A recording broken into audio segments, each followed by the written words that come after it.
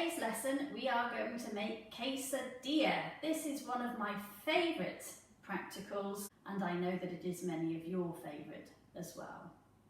You could be really creative with your fillings in your quesadilla, but essentially I'd like you to put in there a protein.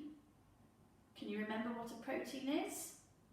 That's right, that is something like beef, chicken, or if you're a vegetarian, then it would be something like beans or pulses or corn. I'd also like you to put some vegetables in. You will also need some cheese, and this could be any cheese in order to stick your quesadilla together. Be creative, girls, and try out new combinations. For quesadillas, it's really important to have a cheese. This is because it's going to act as the glue to stick the two breads together. I've just got a selection of cheese to show you. I've got some grated cheddar, which is a British classic, some solid mozzarella. This will give a more stringy texture. Parmesan, which you would not need a lot, but it gives you a very strong flavour. A blue cheese, which again is a very, very strong flavour. Creamy cheese for a light, mild filling. And I know this is some of your absolute favourite, halloumi, sometimes known as rubber cheese, and that can give a lovely meaty texture to your food. Obviously I'm not going to use all of these, I'm going to stick to some cheddar and a little bit of mozzarella for contrast of texture. Quesadillas is really good to use up leftover ingredients. Here I've just got some pork leftover from my Sunday roast. I could add a little bit of chorizo to give it a little piquant spice. Tuna, chicken, beef, beans are really good, are a really good source of protein, and they also provide really good fibre as well. And by mixing the beans and the cheese, you've got a complete high biological protein, which is equivalent to meat. For my sauce, again, you can use up whatever you've got. I've just got a stir-in pasta sauce here I could use, or I've got a straight tomato puree, which will give quite an intense flavour. You could use a passata, or you could make a hidden vegetable sauce if you wanted to challenge yourself. You also want some vegetables. Again, you can use up whatever you've got, any roasted vegetables, fresh pepper. I'm going to keep mine quite simple today. I've got mushrooms and spring onion. To prepare the spring onion, remove the tip using the claw grip. Then you have this floppy bit here. You can just pull that off. So you just take off the very outer layer. A lot of people make the mistake of chopping the spring onion down here. Take it right up here. So you've got a nice contrast of pale to the dark green, because that's going to give you a variation of flavour and contrast of colour. Claw grip, you can just cut down. At the top here, this is where the onion is a bit more mild. If you want smaller pieces, you can take the tip of the knife, cut down, turn over. So we're actually going to cut this into quarters, so they'll each be a quarter of the size. Squeeze it together with your fingers. You could experiment with herbs. For the mushrooms, don't wash a mushroom because it'll make it go slimy and horrible. They're like sponges and they soak the water up. They're grown in cultivated soil, so just brush them. Cultivated means that they're grown in sterile conditions.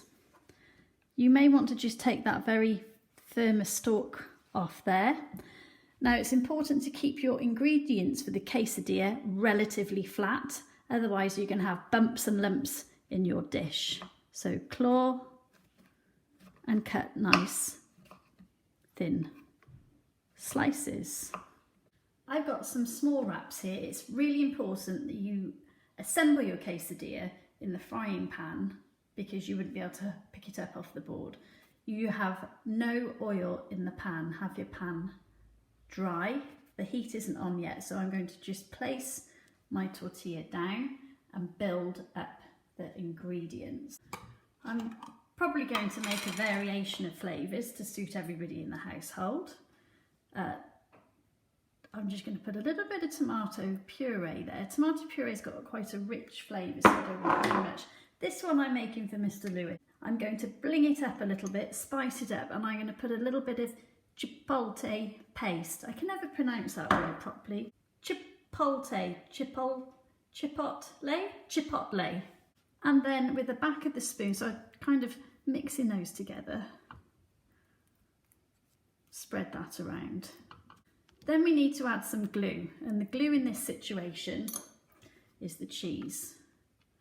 So a little bit, make sure you go around the edges,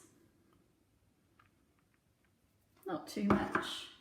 I'm going to put a little tiny piece of mozzarella as well. Got a bit of spring onion on there. Then some of my mushrooms. I could probably have chopped these, actually I'll snap them up smaller. Otherwise when I bite into them, they're going to pull out whole. A little bit of the pork. It's a rather unusual combination possibly with the pork and the mushrooms, but hey ho. Spring onion. Then finally more cheese, which will glue the top on. Then I'm going to apply a very gentle heat. Do not put your heat up too high because the base quesadilla will burn. Put the top bread on. If you're using large tortillas, you could use one bread and fill just the one half and then flip it over like a semicircle so it's easier to handle. This is where you have to be patient, just a very slow heat to allow it to cook slowly. You'll find that the bottom bread will start to shrink a little bit in size. You need to then just keep your hand down on it to help it stick together. So it's really useful to put a plate over the top to turn. I'll show you that after. This has been about 3 minutes now. I'm still on a really low heat. It's got to be low so that the heat can penetrate into the centre to melt the inside ingredients. This is only just starting to melt, so it's going to be about another minute. Right, my fillings are starting to melt now. Can you see the mozzarella going gooey? So you can just press down. You could either use a fish slice and flip it over, but I find that quite tricky. It can fall apart. You can just put a saucer over the top. Adult supervision, please.